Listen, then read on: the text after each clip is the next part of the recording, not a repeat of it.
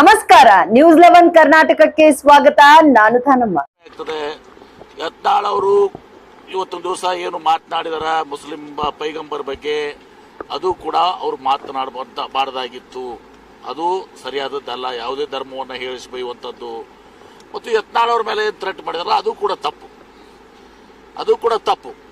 SP ಅವ್ರ ಜೊತೆ ಮಾತನಾಡಿದ್ದೇನೆ. ಎರಡೂ ಇದರಲ್ಲಿ ಒಂದು ದಿವಸ ಕೇಸಸ್ ಆಗ್ತದೆ, ತನಿಖೆ ಆಗ್ತದೆ. ಅವ್ರಿಗೇನು ಸೂಕ್ತ ಪ್ರೊಟೆಕ್ಷನ್ ಕೊಡ್ತೀವಿ. ಆದ್ರೆ ಯತ್ನಾಳ್ ಅವರು ಇದೆಲ್ಲವನ್ನು ಕೂಡ ತಾವೇ ಆಹ್ವಾನಿಸುವಂಥದ್ದು, ಮೈ ಮೇಲೆ ಹಾಕೊಳ್ಳುವಂಥದ್ದು.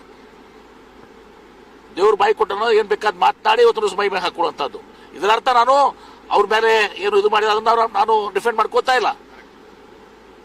ಅದಕ್ಕೆ ತನಿಖೆ ಆಗ್ತದೆ, ಅವ್ರಿಗೆ ಸೂಕ್ತ ರಕ್ಷಣೆ ಕೊಡ್ತೀವಿ. ಆದ್ರೆ ಯತ್ನಾಳ್ ಅವರು ಇಂಥ ಮಾತಾಡೋದು ಕೂಡ ಬಂದ್ ಮಾಡಬೇಕು. ಪೈಗಂಬರನ್ನು ಬೈಯುವಂಥದ್ದು, ಇದು ಮಾಡುವಂಥದ್ದು.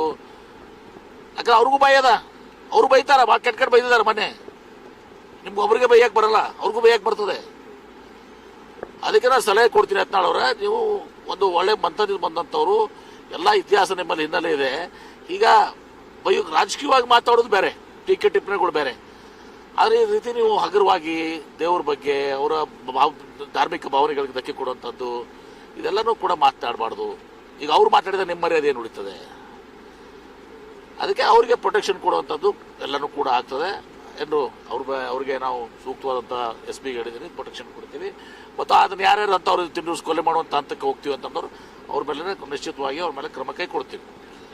ಅದು ಯತ್ನಾಳ್ ಅವರು ಕೂಡ ಇದನ್ನ ಬಂದ್ ಮಾಡ್ಬೇಕು. ಸರಿಯಾದದ್ದಲ್ಲ, ಶೋಭೆ ತರುವಂಥದ್ದಲ್ಲ. ಇನ್ನಾದ್ರೂ ಅರ್ಥ ಮಾಡ್ಕೊಡ್ರಿ. ನಿರಂತರ ಸುದ್ದಿಗಾಗಿ ನೋಡ್ತಾ ಇರಿ ನ್ಯೂಸ್ 11 ಕರ್ನಾಟಕ. ಲೈಕ್ ಮಾಡಿ, ಶೇರ್ ಮಾಡಿ, ಸಬ್ಸ್ಕ್ರೈಬ್ ಮಾಡಿ ಹಾಗೂ ಬೆಲ್ ಐಕಾನ್ ನ ಒತ್ತಿರಿ.